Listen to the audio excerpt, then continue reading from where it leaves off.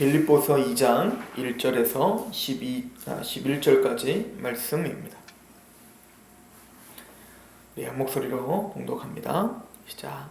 그러므로 그리스도 안에 무슨 권면이나 사랑의 무슨 의로나 성령의 무슨 교제나 긍휼이나 자비가 있거든 마음을 같이하여 같은 사랑을 가지고 뜻을 합하며 한 마음을 품어 아무 일에든지 다툼이나 허영으로 하지 말고 오직 겸손한 마음으로 각각 자기보다 남을 낮게 여기고 각각 자기 일을 돌아볼 뿐더러 또한 각각 다른 사람의 일을 돌아보아 나의 기쁨을 충만하게 하라.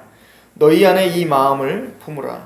곧 그리스도 예수의 마음이니 그는 근본 하나님의 본체시나 하나님과 동등됨을 취할 것으로 여기지 아니하시고 오히려 자기를 비워 종의 형체를 가지사 사람들과 같이 되셨고 사람의 모양으로 나타나사 자기를 낮추시고 죽기까지 복종하셨으니 곧 십자가에 죽으심이라. 이러므로 하나님이 그를 지극히 높여 모든 이름 위에 뛰어난 이름을 주사 하늘에 있는 자들과 땅에 있는 자들과 땅 아래에 있는 자들로 모든 무릎을 예수의 이름에 꿇게 하시고 모든 입으로 예수 그리스도를 주라 시인하여 하나님 아버지께 영광을 돌리게 하셨느니라. 아멘.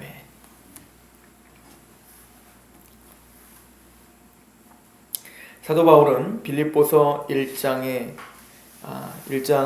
29절에 그리스도를 위하여 너희에게 은혜를 주신 것은 다만 그를 믿을 뿐만 아니라 또한 그를 위하여 고난도 받게 하려 하셨다. 즉 하나님이 우리에게 주신 은혜는 믿음이 은혜예요. 예수 그리스도를 믿게 된 거, 하나님을 알게 된 거, 이것이 은혜입니다. 이것은 우리의 힘으로 할 수 있는 것이 아니기 때문에 그렇죠. 또 하나의 은혜는 우리가 믿음이 생겨 예수님의 십자가를 바라볼 뿐만 아니라 예수님이 걸어가신 고난도 우리도 받게 된 것. 예수님 때문에, 복음 때문에 내가 고난을 받은 것도 은혜구나 라고 성경은 고백하고 있어요.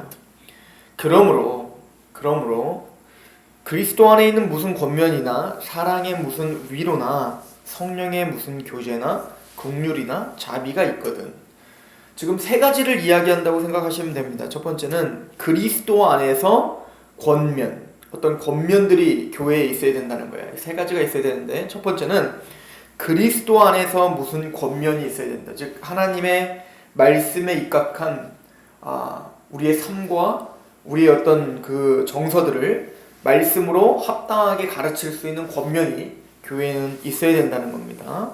두 번째는 사랑의 무슨 위로, 즉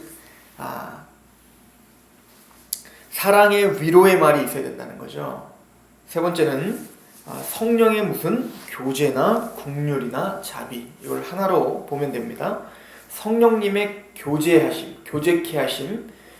우리가 말하는 교제는 같이 만나서 이야기하고 또 뭔가 삶을 나누고 이런 걸 교제라고 하죠. 그러나 교제는 더 깊은 의미가 있어요.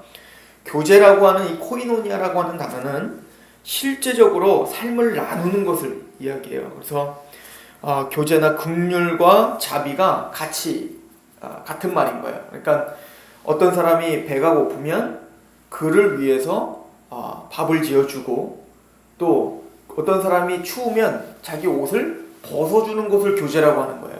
그러니까 교제는 단순히 말만 잘 지내죠? 내가 당신을 사랑해요. 이런 것을 교제라고 말하지 않고 실제적인 그 삶까지도 돌아봐주는 긍휼과 자비, 이것까지가 교제라고 성경은 이야기하는 겁니다.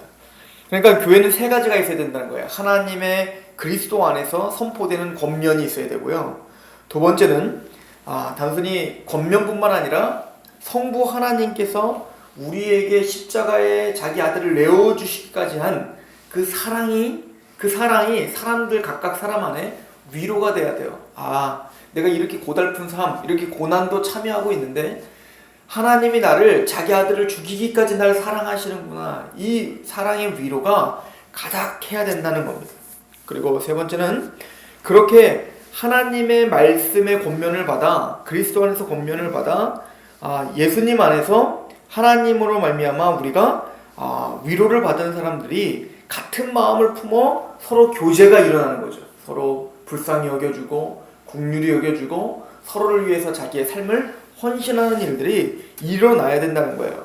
그래서 이제 2장 1절은 그러므로 이런 것들이 너희에게 있거든, 올바른 권면이 있고, 그리고 이런 하나님이 우리에게 주신 사랑이 있고, 그리고 성령님을 통해서 우리에게 베풀어 주신 이런 교제가 있다면,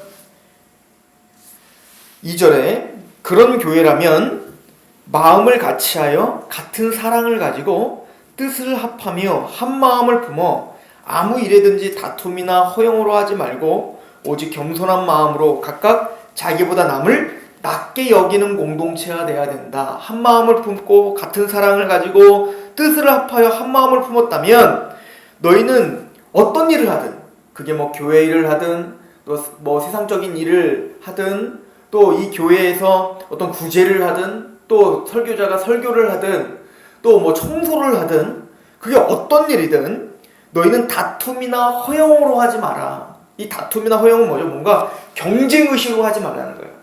저 사람이 저렇게 했으니까 나도 이만큼 해야 내가 더 인정받겠지? 또 때로는 내가 이만큼 했다 그러면서 허용을 하고, 예를 들어서 영적인 것일지라도 뭐 예를 들어 방언이나 어떤 영적인 어떤 은사가 있을지라도 그것을 가지고 자랑을 하고 난 이런 거 한다, 이런 식의 어떤 허용과 다툼, 이런 것으로 너희의 모든 영적인 것이든 물질적인 세상적인 것이든 그렇게 행하지 말아라. 오직 너희는 한 마음을, 같은 마음을 가져라. 같은 마음을 가져라. 그래서 어떻게 하라는 겁니까? 다툼이나 허용을 하지 말고 어떻게 하라는 겁니까? 겸손한 마음을 가져라. 그래서 자기보다 남을 낮게 여겨라. 저 사람이 나보다 더 낫지. 육체적으로 보기에는 훨씬 나보다 영적으로 더 못나 보이는 것 같아 보일 수 있지만 그때 우리는 어떻게 하라는 겁니까? 내가 교만하구나 라고 생각하고 나보다 남을 낮게 여겨라. 아무리 그가 초신자일지라도, 아무리 세상적인 틀을 벗지 못할지라도 그래도 그 사람에게서 더 좋은 것을 찾아내라. 그것이 교회가 해야 될 바라는 거죠. 그리고 교회가 성숙하면 성숙할수록 더더욱 겸손해지는 겁니다.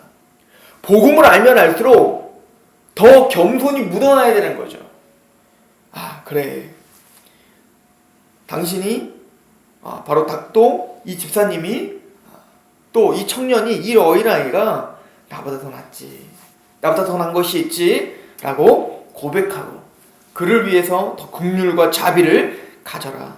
스스로를 겸손케 하라 라고 이야기하며 2장 4절에 이렇게 말합니다. 각각 자기 일을 돌볼 뿐더러, 즉 이 자기 일을 돌본다는 건 뭐죠? 자기의 마음을 교만한 것을 겸손케 하라는 거예요. 돌아볼 뿐더러 또한 각각 다른 사람들의 일을 돌아보아 나의 기쁨을 충만하게 하라. 즉 나를 돌아보는 겁니다. 나를 돌아볼 땐 겸손한가? 내가 교만하지 않은가를 스스로 계속 돌아보라는 거예요. 그리고 남을 돌아보라 라고 할 때는 뭡니까? 그가 겸손한가? 이걸 말하는 게 아니라 그가 나보다 더 나은 것을 찾아내라는 거예요. 그래서 그를 섬겨주고, 그럴 때 뭡니까? 교제가 일어나고, 그럴 때 자비가 일어나고, 그럴 때 사랑이 일어나고, 그럴 때 하나님의 권면이 실제적인 열매를 맺게 되더라는 거예요. 그러면 이게 쉽지가 않아요. 이 교회 안에 이런 것들이 일어나야 되는데 이게 쉽지가 않은데, 그래서 사도 바울은 그렇게 우리를 돌아보고 남을 돌아볼 수 있는 비결을 우리에게 말해줘요. 그렇게 할 수 있는 방법. 세상적으로 그래 좀 제가 더 낫지, 제가 더 낫지, 좋은 거 찾아내기, 이런 걸 하는 게 아니고 그렇게 내가 더 겸손해지고 나보다 남을 더 낮게 여겨서 이 공동체에 아주 긍정적인 에너지를 품어낼 수 있는 유일한 방법이 하나 있다는 거예요. 사도 바울은 바로 아까 뭐라 했어요? 한 마음, 같은 마음을 품으라고 했는데 그 마음을 제대로 품는다는 거예요. 그래서 그 마음이 뭐냐? 바로 5절입니다. 같이 한번 읽어볼까요? 시작. 너희 안에 이 마음을 품으라. 곧 그리스도 예수의 마음.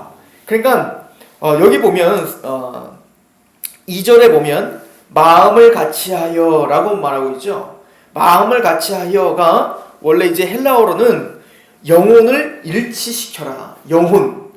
단순히 한마음 품자 아싸 아싸 이런 뜻이 아니고 영혼. 너희의 깊이 있는 그 영혼을 하나로 만들어라 이 얘기거든요. 자, 이 얘기는 뭐냐면 우리의 영혼이 다 예수 그리스도의 영혼을 닮아가야 된다는 거예요. 이것밖에 할 수 있는 게 없어요. 즉 우리가 예수님의 마음을 생각하고 그 예수님의 마음을 계속 묵상해야 되는 거예요. 그래서 내가 예수님으로 구원받을 뿐만 아니라 예수님의 그 심령, 십자가를 짊어지신 그 심령, 그것을 닮아가고자 발버둥을 쳐라는 거예요. 그렇다면 예수님의 마음이 무엇입니까? 그걸 이제 6절부터 설명하고 있습니다. 그는 근본 하나님의 본체시나 하나님과 동등됨을 취할 것으로 여기지 아니하셨다. 예수님은 가장 높으신 분이죠. 가장 높으셔서 교만하려면 예수님만큼 교만하실 분이 어디 있습니까? 가장 높으신 분인데, 그런데 그렇게 가장 높으신 하나님이신 분이 지존하신 분이신데 그분은 하나님의 영광, 하나님이 받을 그 영광, 하나님으로서 받을 영광을 취할 것으로 여기지 않았다는 거예요. 그리고 어떻게 하셨대요? 7절. 오히려 자기를 비워 종의 형체를 가지사 사람들과 같이 되셨다. 사람들과 같이 되셨다는 거예요.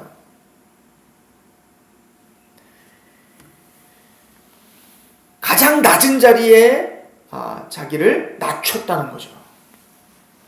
8절. 사람의 모양으로 나타나사 자기를 낮추시고 죽기까지 복종하셨으니 곧 십자가에서 죽는 자리까지 낮아지신 거죠. 그 예수님을 생각해 보라는 거예요. 도대체 누가 겸손하지 못할 사람이 있냐는 거죠. 예를 들어서 이렇게 생각해 보세요. 우리 교회에 대통령이 다닌다고 생각해 보십시오. 이 조그만 교회에 대통령이 다니는 거예요. 그런데 세상적인 가장 최고 통수권자가 이 대통령이 교회에 와서 신발 정리를 하고 있다면 누가 신발 정리를 하는 것을 우습게 여길 거냔 말입니다. 누가 신발 정리를 하는 것을 한착해 보냔 말입니다. 마찬가지로 지존하시는 하나님이 자기를 낮추어 그 비아냥과 비난을 듣고도 그를 나보다 가장 낮은 마음을 품으셨다면 우리가 남을 낮게 여기고 가장 낮은 자리로 내려가는 것이 왜 우스운 이야기냔 말입니다. 그게 더 영광스러운 자리 아니냐, 이렇게 우리에게 설명을 해주는 겁니다. 9절을 보시면 이러므로 하나님이 그를 지극히 높여 모든 이름 위에 뛰어난 이름을 주사 하늘에 있는 자들과 땅에 있는 자들과 땅 아래에 있는 자들로 모든 무릎을 예수의 이름에 꿇게 하시고 모든 입으로 예수 그리스도를 주라 시인하여 하나님 아버지께 영광을 돌리게 하셨다. 33년 그 일평생 가장 낮은 자리를 자처하시고 가장 낮은 겸손한 마음을 품으셨을 때 그 일생은 고단했어요. 예수님의 일생은 고난이었고 예수님의 일생은 사람들에게 웃음거리의 삶을 살았어요. 가장 낮아진 삶을 살았다고요. 그런데 그 일생이 끝나고 모든 그 삶이 맞춰질 때는 가장 높으신 분으로 다시 승귀하시고 그 영광을 다시 받으셨다. 사도 바울은 그 얘기를 하는 겁니다. 이 땅에서 가장 낮아져라. 낮아질 대로 낮아져라. 너희가 가장 낮아질 대로 낮아진다면 하나님은 그리스도처럼 너희를 높이실 것이다 라고. 이것이 성경적인 원리야. 이건 세상적인 원리가 아니에요. 그럼 이렇게 생각하면 되겠죠? 좀 그 틀을 깨야 되는데, 제가 저저번 주인가를 설거지를 했어요. 제가 설거지를 하니까 집사님들이 난리가 났어요. 설거지를 한다고. 그리고는 어떤 분은 사진을 찍어 놓자는 거예요. 어떻게 이럴 수가 있냐는 거죠. 근데 제가 그때 느꼈어요. 또 제가 가끔 이제 커피를 타드려요. 우리 남자 장로님이나 우리 집사님이나 우리 성도님한테 커피를 타드리려고 하면 어떤 한 성도는 죽어도 내 거 못 먹겠대요. 왜냐면은 목사님이 탄 건 내가 못 먹겠다는 거예요. 근데 이렇게 생각하시면 돼요. 지금 이렇게 작은 교회에서도 이런데 만약에 우리 교회가 1000명 되고 10,000명이 됐을 때 내가 기쁘게 설거지를 할 수 있을까?